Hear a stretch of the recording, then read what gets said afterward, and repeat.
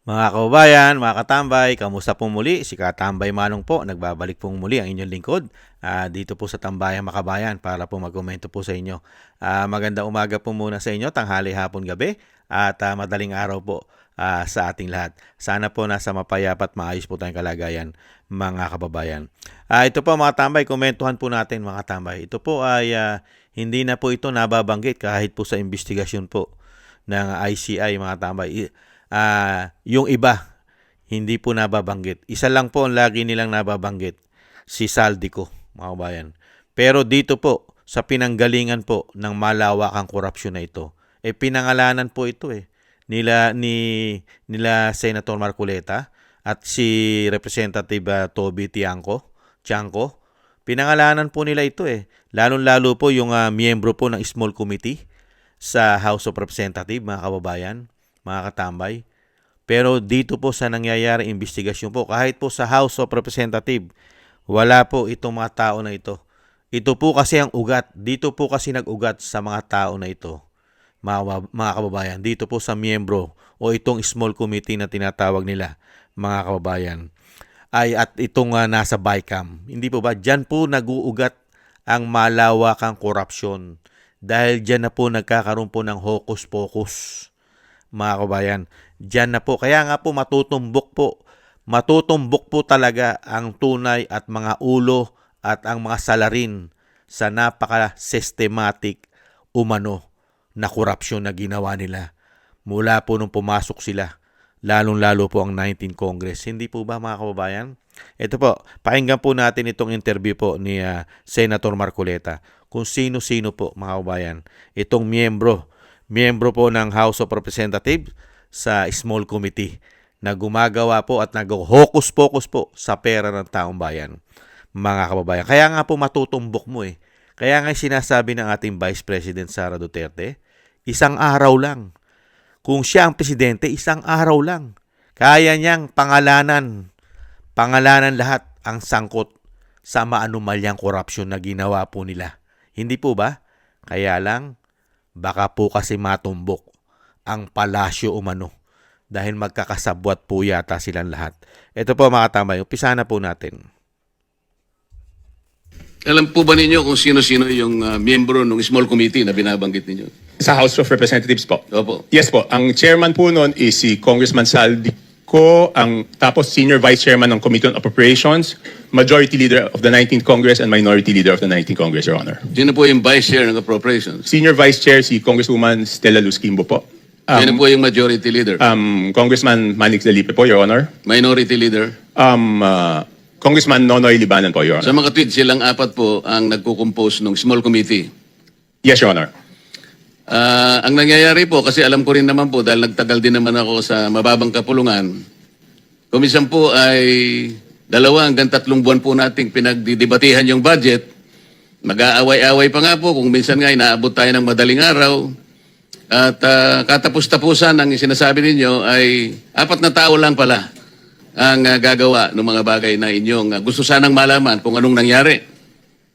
Tama po kayo, Your Honor. Di ba po, sabi ko nga, magtatalo-talo, magbibigay ng inputs yung mga kasamahan natin. Tapos sa dulo pala, yung 4 na tao lang ang magdidesisyon. At yung problema po doon sa 4 na tao na yon, at least yung BICAM po, may BICAM report po yun Makikita sa BICAM report kung ano po yung original net budget ng isang departamento, Your Honor. Tapos makikita po kung ano yung dinagdag or binawas, Your Honor, at makikita yung natirang pondo. Alam po ba ninyo kung sino-sino yung miyembro ng small committee na binabanggit ninyo? Sa House of Representatives po. Opo. Yes po. Ang chairman po noon is si Congressman Saldi. Nakita niyo po mga tambay, yung 4 po na miyembro. Pero sino po? Sino po ba ang susundin po ng 4 na miyembro na yan? Logic. Sino po susundin ng 4 na miyembro? Sila lang po ba ang susundin, yung 4 na miyembro? Mga kabayan, nakita niyo po, kahit ano po palang gawing debate nila para po ang budget po ay pinagdidebatihan po yan, di ba? At meron po silang dinadagdagan, meron po silang binabawasan sa pagdidebate. Katulad po nung nakita po natin, di ba, kung gaano po nila gipitin ang budget ng Office of the Vice President. Hindi ba, halos ayaw nilang bigyan ng pondo. Hindi po ba, ganyan po sila katitindi. At pagdating na po pagdating na po sa BICAM, mga tambay, dyan na po. Yung mga ginawa po ng ng miyembro ng small committee, yun na po ang masusunod. Hindi na po masusunod yung mga pinagdebatihan po ng mga congressman at ng mga senador. Di po ba? Sila na po ang masusunod. Sino-sino po ito, mga tambay? Ito po, kauna-unahan po yan. Ayan, sila Saldico, yung sinasabing miyembro, mga kabayan. At sino po? Ayan, I think si Nonoy Libanan, mga tambay. Nakita nyo po mga itsura. At lalo-lalo po yung mga tambay. Sino po ba speaker ng mga panahon ng 19 Congress? Sino po ba speaker? Hindi po ba? O yan, si Dalipe, mga tambay. Si Matrix o si Manix Dalipe po yata yan. O. Nakita nyo po. At ito pong isa na, yan po, yung babae na yan, mga tambay. Kilala nyo naman yan. Dahil po, yan po walang kahilig-hilig sa mga luxurious, ng mga bag at gamit. Di ba? Talagang milyon-milyon. Yan po teacher. Naging teacher po yan. Pero yumaman po yata na yumaman sa House of Representatives, mga kababayan. Grabe, no? Mga kababayan, grabe ang nangyari po sa pera po natin sa ating buwis at pati po sa mga inuutang nila. Kaya po yung sinasabi po ni Master Sergeant Gutesa, mga tamay, totoo po yun. Totoo po na ganun po. Napakarami po nilang nakikinabang sa pera ng taong bayan. Male-maleta po talaga. Kaya dito po, mga tambay, ang tanong ko rito sa small committee na ito, mga kabayan, gaano naman po kaya karaming pera ang naidi-deliver sa kanila? Yung mga parte nila.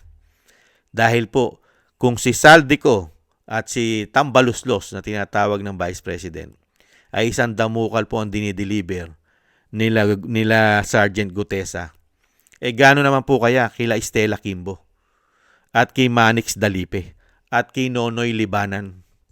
Nakita nyo po yung pagiging systematic na korupsyon sa ating bansa. Pero wala man lang po. Napakatagal na po ng ginagawang investigasyon. Napakatagal na po. Kahit po ang ICI. Hindi po ba? Kahit po ang Kongreso. Yung sa Blue Ribbon Committee, sayang dahil tinanggal po nila si Senator Marcoleta. Pero kung hindi po nila tinanggal si Senator Marcoleta dyan, tumbok na po. Matutumbok na po lahat ang nagsabwatan, ang malalaking ulo ng isda na gumawa po ng korupsyon systematic sa ating bansa. Pero nung mapalitan na po ang Blue Ribbon Committee Chairman sa pangunguna po ni Senator Lacson, nababanggit pa po ba ang mga tao na yan? Nababanggit pa po ba ang gumawa itong mga small committee sa House of Representatives at yung mga nasa BICAM? Di po ba tanging si Saldico na lang po ang iniipit nila? Samantalang si Saldico ay pinatakas yata nila umano. Hindi kaya nila pinatakas para si Saldico lang ang maging ang tumbukin, isasakripisyo nila? Parang sinacrifice lang po nila si Saldico para lahat ng anomalya na nangyari sa 19 Congress ang tutumbukin lang po halos si Saldico at yung mga kalaban nila sa politika na nagkapera din po sa flood control. At lalong-lalo po yung mga nasa DPWH, mga district engineer, at yung mga nasa COA, mga tiwali, at yung siyempre yung mga contractors.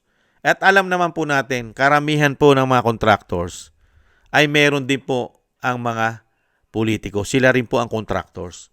Hindi po ba mga politiko? Kaya nga po si Saldico meron siyang sarili. Hindi po ba na kumpanya na sila rin na nangungontrata sa gobyerno, yung SunWest? Kaya po napakarami nito. At ito po, small committee pa lang ito, mga kababayan. Small committee pa lang.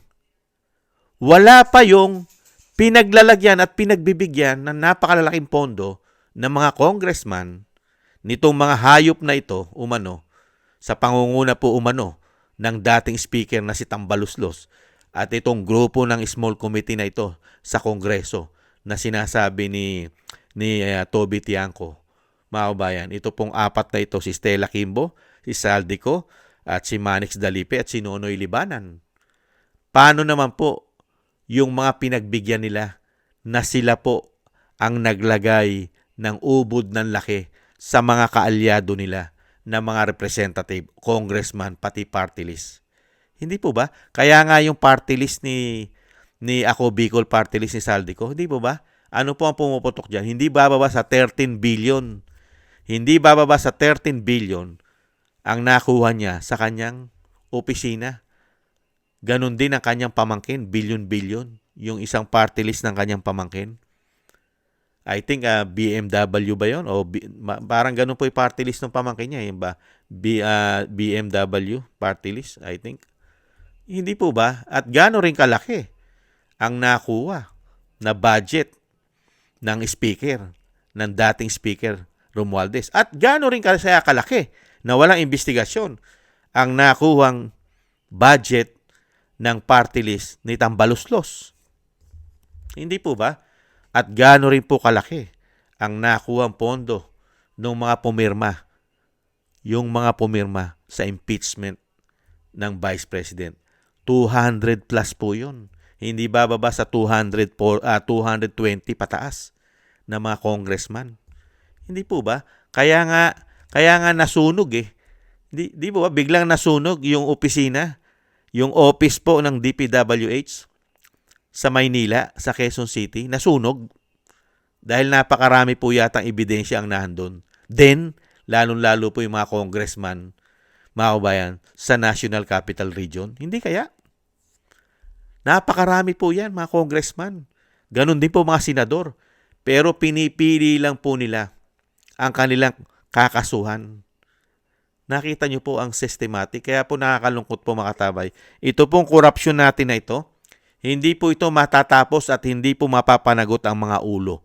Ang mga tunay na ulo, ang mga tunay na napakalalaking ninakaw, yung pinakamalaki yung napakalaki, yung pinaka-big boss, yung pinaka-head, pinaka-ulo ng systematic na korupsyon na ginawa nila na mahigit 3 taon sa ating bansa. Hindi po mapapanagot yan at hindi mapapakulong hanggat sila po ang nakaupo. Nakakalungkot lang po mga tambay.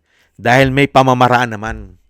May pamamaraan po para ang lahat ng ito, kasama po itong nasa small committee na ito, at lahat po halos, mga kabayan, lahat halos mapipili mo na lang at mabibilang natin sa ating mga daliri ang maayos at matutuwid kahit papaano na mga congressman sa House of Representatives. Mapipili mo na lang. Di po ba? Baka kakaunti na lang. Lalo, paano po? Lahat naman po yan may mga komisyon eh. Ang sinasabi natin dyan, yung mapipili natin, yung maayos ang trabaho nila, maayos ang mga proyekto nila sa kanilang mga distrito. Hindi mga ghost project.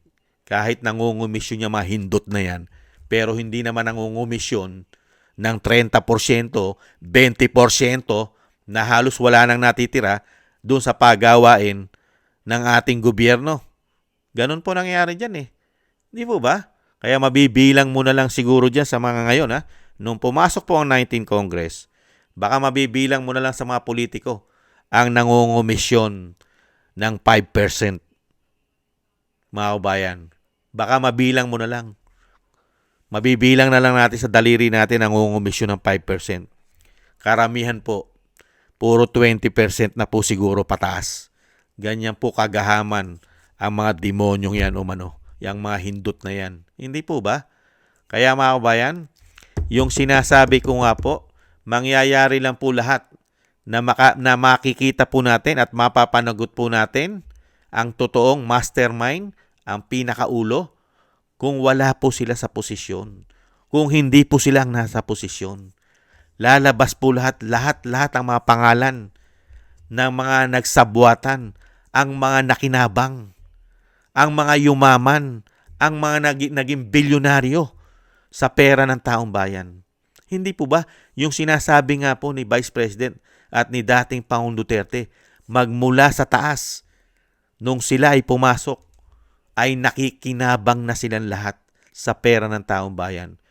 Pati nga ang First Lady pinangalanan ng Vice President. Di po ba nung panahon na siya ay DepEd Secretary? na nagkakaroon din daw po galing sa pera ng taong bayan. Napakasarap pong imbestigahan yan. Lalong-lalo po kung hindi na sila ang namumuno. Kaya nga lang po nakakalungkot po mga kabayan, masakit po kahit po sa akin, nasasaktan po ako. Dahil po ang men in uniform natin, ang mga general, palibasa po may issue rin sila ng anomalya sa flood control, ang AFP. 15 billion ang issue nila riyan. Ganon din po ang halos lahat may issue na may mga general, yung kanilang institusyon. Yung kanilang institusyon may issue rin po ng anomalya. Billion. Kaya po nakakalungkot po. Ganito nangyayari sa ating bansa. Wala pong matutumbok at sabwatan na nangyayari. Walang mapapanagot na malalaking ulo. Dahil mismo yung mananagot ay sangkot itong mga demonyong ito, mga kababayan.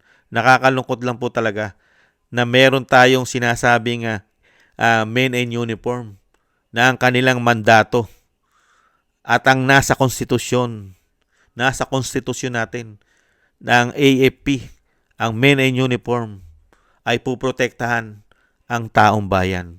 Taong bayan ang number 1 puprotektahan mo at ang estado, ang state. Bakit ang nangyayari ngayon? Mukhang mga politiko ang pinoprotektahan po ng mga men in uniform. Ito na po, pinagnanakawan na po ang taong bayan.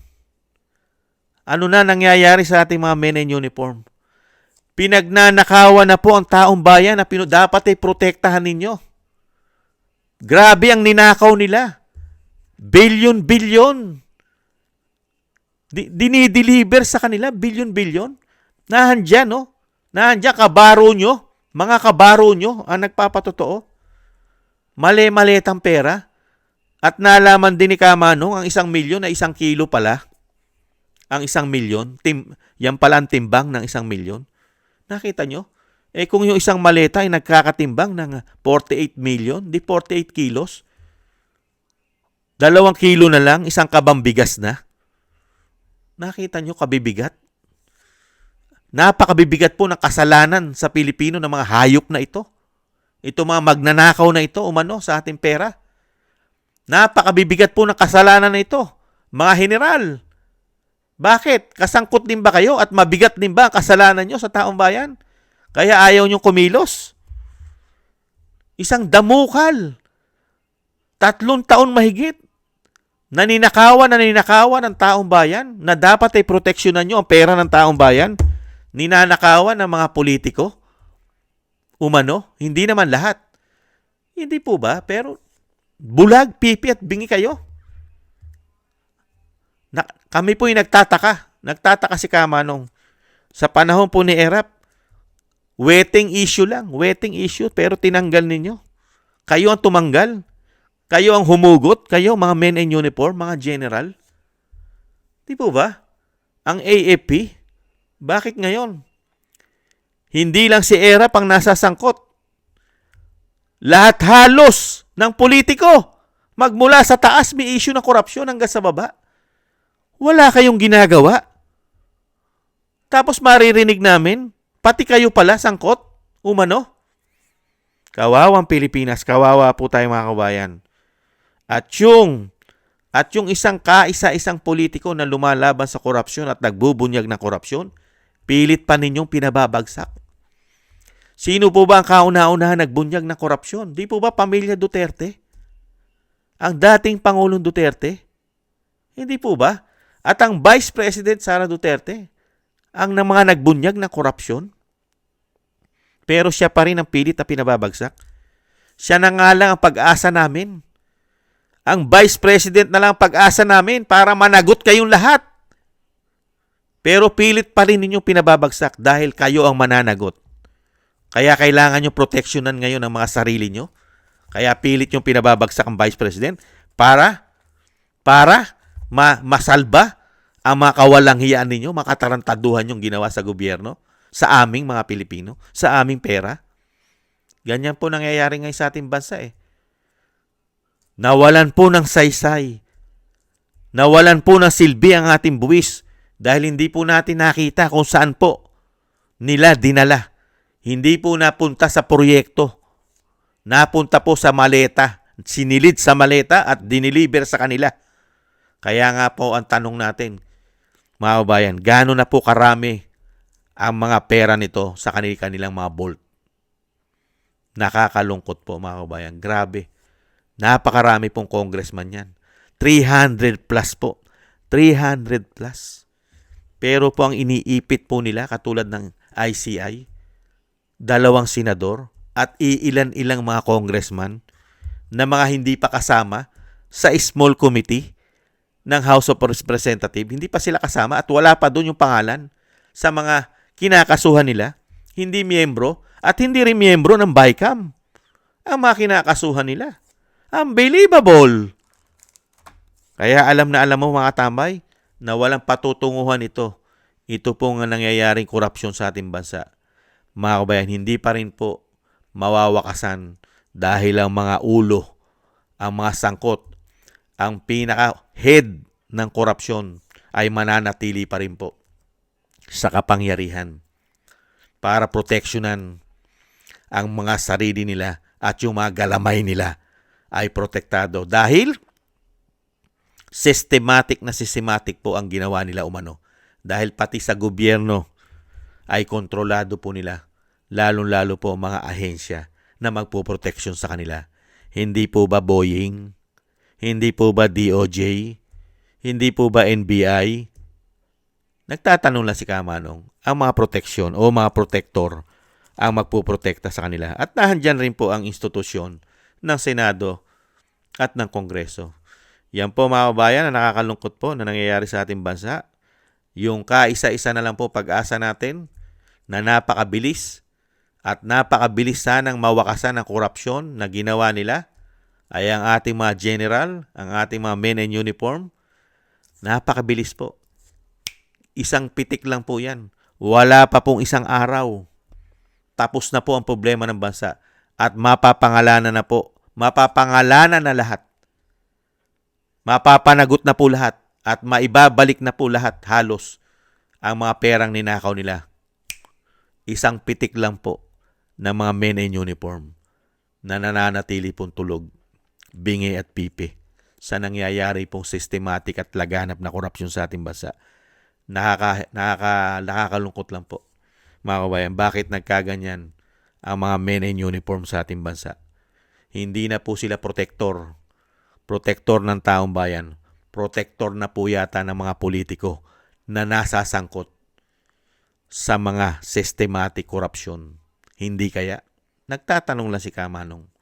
Yan po, mga kabayan, hanggat hindi kumikilos at hindi sumasama at hindi pumapanig sa taong bayan ang mga sinasabing poprotektahan ang taong bayan, walang mangyayari sa ating bansa.